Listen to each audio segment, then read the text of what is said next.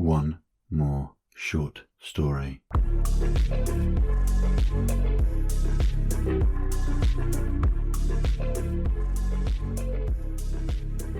Hello, and thank you for listening to One More Short Story with me, Chris Fulwell, the short story audiobook podcast featuring stories from the wonderful world of writing battle. Today's episode centres around horror written by women. And if you've been part of writing battle for any period of time at all, you'll know that we've got some fantastic writers out there of all sorts of genres, but something caught my eye over the last few months, that we have quite the range of fantastic female horror writers, so I wanted to give them a bit of a platform and feature some of their brilliant stories. We are going to kick things off with Somewhere Even the Stars Don't Know. This is by Rachel Savage, who is a writing battle veteran, really good writer, does some fantastic, very grisly horror. I won't spoil the story, but I will say the stories in this episode, Rachel's being no exception, well, maybe don't listen while you're eating. I'm really looking forward to sharing all these stories with you. Let's get cracking. This is, okay, oh no, I've almost forgotten the prompts. I got so excited. So this was back in the winter battle from a couple of years back, 2025, I think. And it was in the aliens genre, the other prompts being follower and hacksaw, and Rachel has narrated this herself, for which I am grateful. She's done a great job. This is Somewhere Even the Stars Don't Know, written and narrated by Rachel Savage. My lungs have been hurting for months now, and I hear Preacher John's coughing fits more and more often lately. If there's a righteous God out there, maybe Preacher John will crumble first. Only seems right, I reckon. Funny, when I was little, back in the before, I thought he couldn't die. I guess we all thought he was some sort of prophet. By the time I learned the truth of just who he was, well, there weren't no one left to tell. I wonder about the after, when the sickness finally sinks its teeth into our hearts. Maybe we'll fade away together, me and the green man turned into ash in the mountains. I slip out of the trailer while the sky is still bruised purple. It'll lighten to that sick green before long. This ridge used to be thick with life. Poplars and locusts jutting out from rhododendron copses running alongside finger creeks. Now, it's bone-dry clay, red and gouged as the meat of a skinned deer. The thought of venison gets my mouth watering. The jagged socket above my armpit aches, same as my belly. I think about ghost pains and the feeling of the hacksaw's teeth gnawing my flesh, months back. How bad my heart hurt when Preacher John laid my bloody arm on the pile of rusted metal and offered it to the green man, like he were serving a guest supper. Like the green man was a god to be worshipped, but not to be feared. I thought I was going to die right there, but then the green man brought his hand down and lifted me up to his face. I saw him then for the first time. Eyes deep as eternity and blacker than slate, and I nearly stopped breathing because I figured he would devour me whole. But he didn't. He brushed a finger over the pulsing wound on my shoulder, and my skin stitched itself back together. It listened to him. The green man laid me down on the kudzu. It still was growing then, even when everything else was already dead or dying. Preacher John just stood there like a deer caught in a beam of light, mouth wide as a busted window. Once, my arm was closed up. The green man snapped Preacher John's leg, taking big bites out of his thigh. An eye for an eye, is that not what your God says? The green man's voice scraped my brain. Leave her alone, or I will take much more from you. Thunder rumbles across the valley, but rain ain't coming. I remember when Mama sang to me during storms. She'd tell me stories about the old gods in these hills, about crow women and mothmen and dogs with red eyes roaming graveyards. But all that stopped when Preacher John stepped foot in the holler. God-fearing folk turned from snake handling to drug running for the tall man with blue eyes and a perfect smile. My bare feet scratch against the ground, cracked heels chewing on dirt like the dead earth can somehow feel my belly, and I grip the butt of the pistol tighter.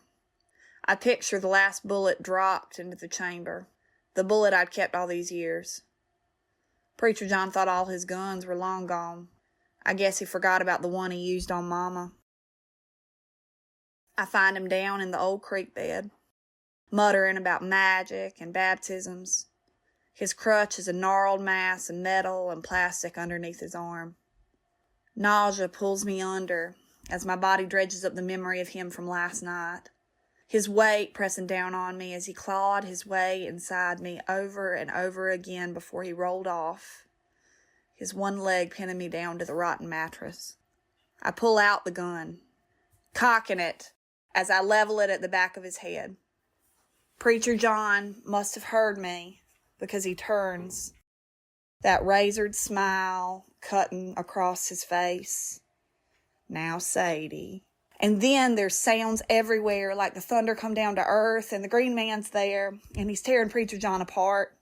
His screaming fills up the empty valley until it overflows, and he falls back onto the ground.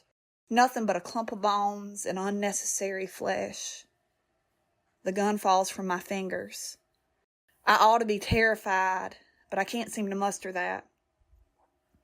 Come with me. The green man's voice is cave deep and fills my mind with something warm, like the quilt Mama used to tuck over me at night. Do not stay in this dead place with him. I look at Preacher John, at his legless torso sprawled on the starved clay, and I think of all he took from me. My Mama, my freedom, my innocence. Hell, I even blame him for killing my mountains too, 'cause it's men like him that fucked this whole earth up in the first place.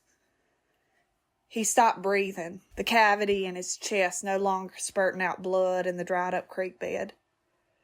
The green man's shoulder loosens, unfurling a massive viney hand. I climb onto it, and as I nestle into his palm, the stump of my arm twitches. Green, real springtime green shoots poke out of my flesh like ramp bulbs sprouting in shadows. I never ate your arm. I am sorry he did that to you. I gasp, twisting my arm to get a better look as shoots become limbs and bark becomes skin. I stare at the green man wide-eyed. That's the kindest thing anybody's done for me since Mama was alive. Where are we going? My voice is hoarse from disuse, tongue useless as a finger sprouting from my mouth. The green man tilts his head, wood-not eyes boring into me. Someplace even the stars don't know.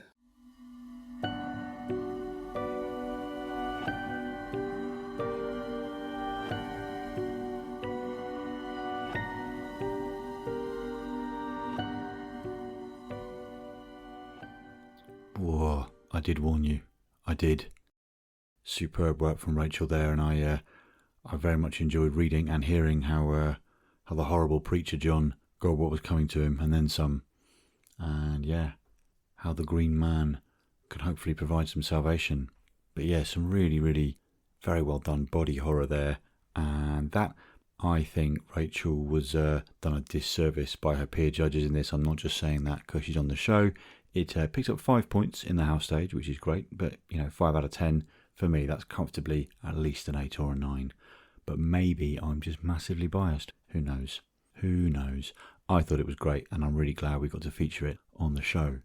Okay, next up we have The Queen's Lesson by Kayleigh Shaw. This was from the Tempest Owl battle earlier this year, earlier in 2026, I should say. It's another 1,000-word story, and the prompts Kayleigh had for this were hidden dungeon, traditionalist, and chessboard. Called The Queen's Lesson, and it is read by my wonderful wife, Hannah Fulwell. Hannah, thank you so much for reading this. You probably won't be listening. I'm not sure you like the horror as much as I do, but thank you anyway. Here we go. This is The Queen's Lesson by Kayleigh Shaw, narrated by Hannah Fulwell. "Sit up," the Queen ordered, jabbing a slim finger towards Rebecca. "You are slouching again." Rebecca snapped her shoulders up and pressed her back so hard against the chair that the wrought iron dug into her spine. Every muscle locked up. She maintained both the Queen's eye contact and a painful smile. "You are such a good girl, little pawn. The King will be so pleased." With her swollen eye, she saw only blurry shadows, but with her good one, she focused on the Queen, all messy curls and slight figure. Every now and then, as her wounds worsened and exhaustion threatened to overcome her, her gaze would drift over the Queen's head, drift to where a sliver of light shone through a rectangular peephole in the dungeon door. Pale light bathed the Queen in a loving glow, but deepened the shadows around them. Rebecca couldn't even see the walls of her prison. She stared at the gap in the door, anticipating the silhouette of the King's head to block the light. Perhaps if she stared hard enough, she could prevent him appearing, like watching a pot to stop the boiling water. "Pay attention." She refocused. A quaint tea service alongside a half-furnished chessboard perched on a metal table between them. The gold leaf on the teacups glinted mockingly. A neat semicircle of biscuits decorated each elaborate saucer. Her hand twitched in her lap. No, she couldn't take one. It wasn't allowed. Her stomach clenched in protest, almost causing her to double over in pain. She pressed her back harder into the chair, and the chair pushed back, pain aiding in resisting temptation. The Queen smiled, unrelenting and practiced. "Would you care for a cup of tea?" What was the right response? A smile? A polite nod? Whatever she planned to say caught in her throat. It was raw, like someone had taken a shard of glass to etch into flesh from inside. Her lungs hacked and gasped, earning a concerned look from the Queen. The instant her breathing settled, back came the permanent smile and the wary glance over the Queen's shoulder. He wasn't there, not yet. The Queen poured the tea slowly, every movement thought out and fluid. Rebecca's hands shook as she lifted the teacup to her cracked lips. When she opened her mouth, her jaw crunched so loud that it vibrated through her head. She couldn't taste the tea. Tang of her blood overrode all. When the liquid slipped down her throat, every drop seethed in maddening pain. Her own smile was broken, misaligned, a wider gap between her two sets of teeth. Not perfect for the King. "Please," she begged, "I just want to go home." The Queen sat up straighter. "You must listen to me," she said. "If you do everything I say, he will have no reason to hurt you again." The words elicited a sob from Rebecca. Cracks formed in the Queen's perfection, and the light in her eyes died a little. "Remember to smile. Drink slowly and delicately. That's right. Just like that." Rebecca shook, sloshing tea all over her tattered clothing. The more she drank, the thirstier she got. She lifted the cup again and again. The Queen poured over and over. No amount of tea sated thirst nor hunger. "Jasmine tea," the Queen continued, "is a calming tea. It is also the King's favourite." Rebecca knew. The Queen taught her well. There was too much smiling from the Queen, so much it began to warp into a frightening visage, stretching and twisting her face like a scream. Footsteps. Rebecca turned her head towards the noise and sunk deeper into her seat. Her heart pummeled her chest. He was coming. He was coming for her. Fear bled into the Queen's eyes as Rebecca cowered. "Sit up," she ordered. "Smile. Always smile." Then the light from the door vanished. Their smiles were snuffed out by the darkness. Rebecca snapped herself upright. A monstrous face loomed at the peephole, leering into the dungeon. Light poured into the dungeon as the door screamed open. The King stepped over another crumpled girl left to rot in the doorway. She had not smiled like he wanted. His shadow dwarfed the Queen and her pawn as he thundered closer. The Queen's smile widened, turning it towards the King like a sunflower towards its sun. Rebecca resisted the urge to flinch as his hand came close, yanking her broken jaw back into place with a streak of agony. She froze. held her breath, held her smile, held his gaze. A dark globule of blood dripped from her chin and splashed the king's finery. The queen stilled, watching as the drops spread through the cloth fibres, her flawless expression vanishing in an instant. Through the pain and fear, Rebecca frantically recalled her lessons. Smile, sit up, look into his eyes, those soulless, dead eyes. The king raised his fist and Rebecca raised her chin in preparation. He paused, tracing her smile with his eyes, and moved to grab the queen's curls. Even as realization dawned in her eyes, the queen maintained her smile as he slammed it into the metal table. With a crunch of bone, the chessboard flooded with blood. He dragged her face back up, showing Rebecca her shaky, toothless smile before sending the queen back towards the table. A teacup shattered, showering Rebecca with fragments of its remains. Again and again, he brought her up and down, each hit punctuated with a sickening crack. When he finally let go, the previous queen slumped over, relinquishing her seat. Rebecca forced back tears, smiling wider. The king stood and reached back out of the door. He shoved a sobbing girl inside before leaving the dungeon. The new queen rose shakily from her old seat. She fixed her askew smile, stood poised in the light, and gestured towards the seat she had just vacated. "Would you care for a cup of tea?"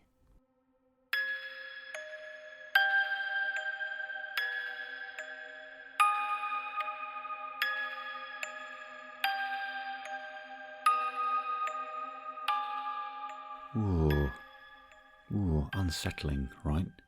Very unsettling. And Hannah, as ever, did a terrific job in narrating that for us.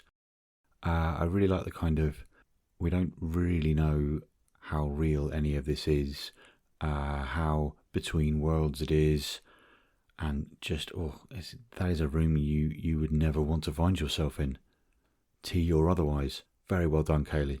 Yeah. In the battle in question, this picked up enough points in the pro judging round, the magic 6 points needed to get through to the knockout, and then it got its way all the way to the Sweet 16. Very, very impressive. In a really populated genre, I think Hidden Dungeon had the most in that particular contest. The most stories entered, I should say. Okay, our third story today is Condemned. This is by Ava Satani. And this is from the Verdant Raven battle in 2026, just a 250 word, short and sweet. I say sweet. If you've come across Ava's work before, sweet isn't necessarily the word I'd use. She's a rather skilled horror writer, which is why she's on this episode, obviously. A previous writing battle winner, of course. And this Condemned story, well, enjoy. Don't listen too close to bedtime. It's narrated by Adam Lange, who's a first-time narrator for the show, so thank you very, very much, Adam, for doing this for us. We have, Ava's prompts were Primal Fear, Executioner, and Shackles, and I really like what Ava's done here, so I'm looking forward to sharing this story. Here we go. This is Condemned by Ava Satani, narrated by Adam Lange. My toenails went first, all 10 at once, knocking round in my boots like loose teeth as I shackled the condemned man to the electric chair. "I'm innocent," he screamed. "That's what they all say. I let him cook longer, so I can watch that sumbitch's legs dance. Huh, when did I get so numb? Must have happened after Martha passed. She had cried the night I told her the great state of Texas hired me. She was scared. Not of what the job would do to me, but of how easy I'd take to it. I kissed her paper-skin hands, told her not to worry. I'd leave once she got better. She never got better, so I never left. In my office, I peel off black-stained socks. Where nails used to be, now weeps oily dark crud. It reeks of iron. My hands shake. Fingernails pop off onto the floor. Plunk, plunk, plunk. I make a sound I ain't made since I traded bullets in Vietnam. My teeth are in agony. I run my tongue across them and they're metal smooth, cold. My knuckles fuse with a wet grind and click. Joints weld into smooth curves. My wrists seize and go taut. They set solid, like a blister that never popped. My throat catches and I cough up gritty, black sludge. I try to scream.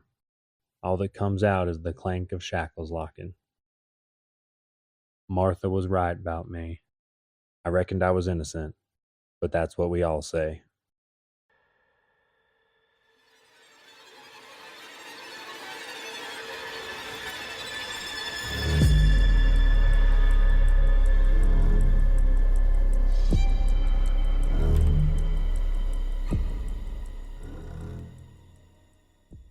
Somehow, while listening to that, my toenails and teeth hurt in a way they didn't before I started listening to that.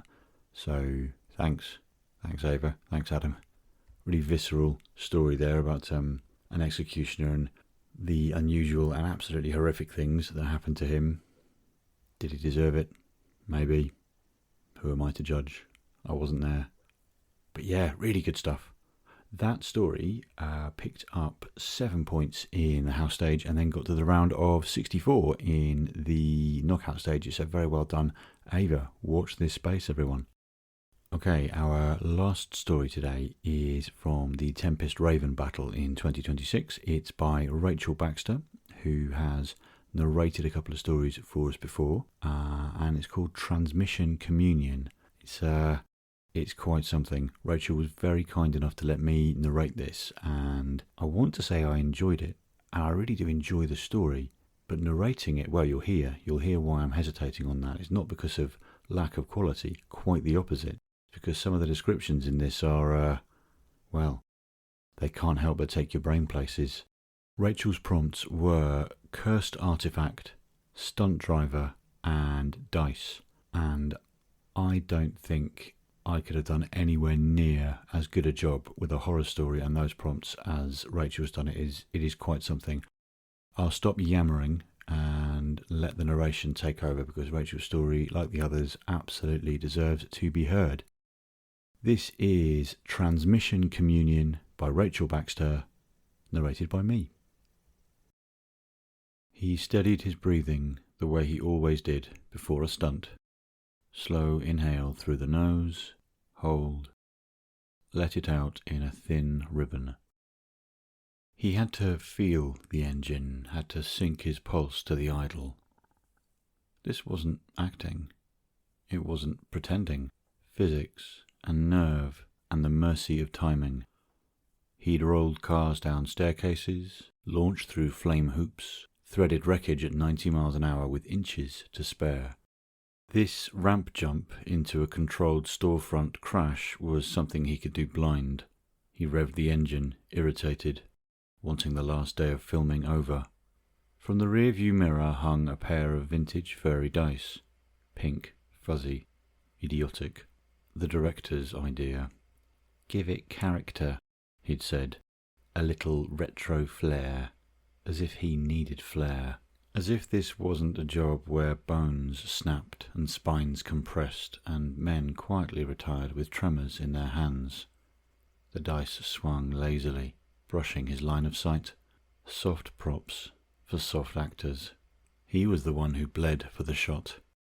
Oil in his blood, petrol his breath. The engine his only god. His own scent more honest than any cologne.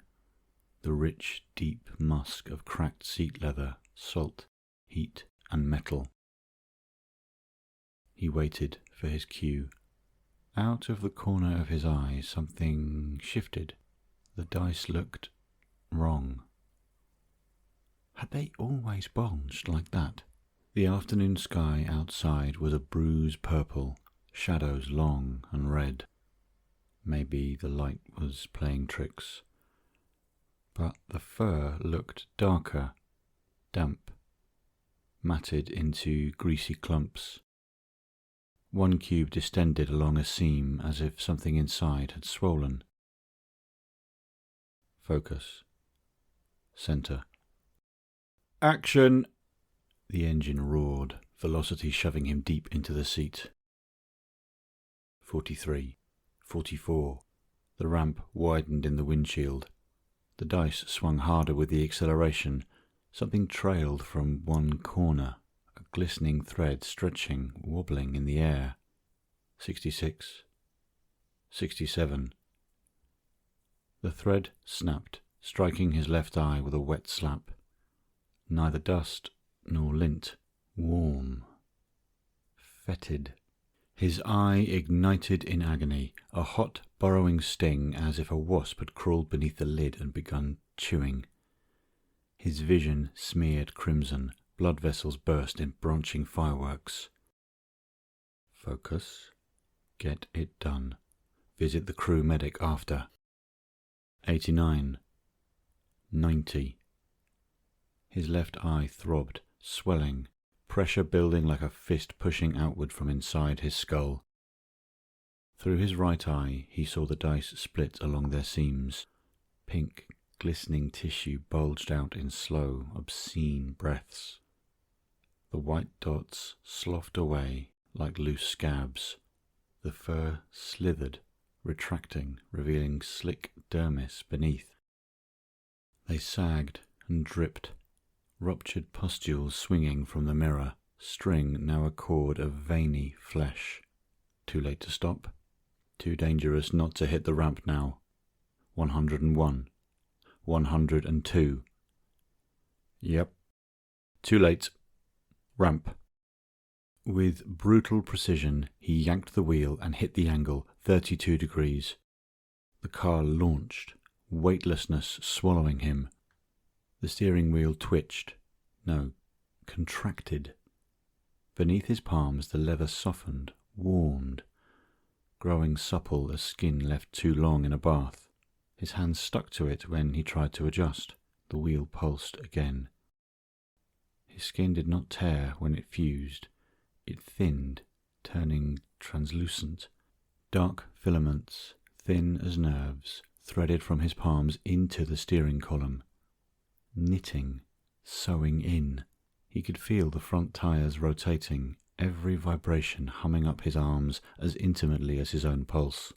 The dice were no longer swinging. They were watching. Two gelatinous eyes had pushed through the ruptured seams, rolling in their sockets, fixed on him with damp fascination. Their pupils dilated as the car rotated mid-air. His left eye ruptured. Not outward, inward. The vitreous humour liquefied, draining down the back of his throat in a salty flood. In the empty socket, something else bloomed, cold and metallic, like a lens clicking into place. His vision multiplied, split into gauges, into tyre angles, into fuel pressure. The seat split open beneath him just as the dice had. Fibrous muscle folded around his ribs, squeezing, kneading, probing along his spine, vertebra by vertebra, sliding into the gaps with obscene, intimate clicks. His heartbeat faltered, then migrated. The dashboard lights blinked in rhythm. Speed wasn't a number anymore. It was hunger. Completing its rotation, the car dipped toward the storefront. Breakaway bricks, candy glass. He tried to lift his foot off the accelerator. No pedal. His right leg had elongated, bones thinning and hardening into a polished rod. Tendons tightened into cables. His femur locked into the transmission housing with a metallic snap he felt in his teeth. His blood surged through coolant lines. Brake, brake, damn it! Nothing. The dice throbbed in approval of his hot fear, their fleshy bodies dripping clear mucus down the windshield. Veins crept along the rearview mirror, burrowing into the roof lining. Storefront approaching. In the final second, clarity sliced through him. The dice had not been an afterthought, but intentional. The hood met the hidden support beam with a crunch like a skull collapsing.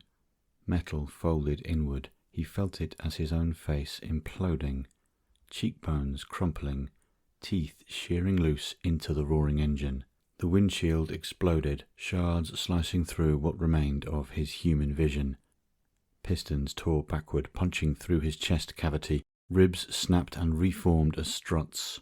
His pelvis split, reshaping into a differential housing. Fuel, thick and stinking, gushed from ruptured lines that had once been arteries. Flame boomed inside him before it burst outward. He burned from the marrow out, a roaring furnace wrapped in steel skin. The car twisted, frame buckling, axles snapping. He felt each fracture as phantom limbs tearing free. Left wheel dead, right axle screaming, signals misfiring into static. Dashboard lights flickered across his collapsing consciousness. Speed 0. RPM 0. Temperature rising. The dice did not burn. Through the smoke and the suppression foam, they swayed intact from the warped mirror, fur restored, pink, innocent, pulsing. Not a heartbeat, but an idol, waiting and wanting to be hung again.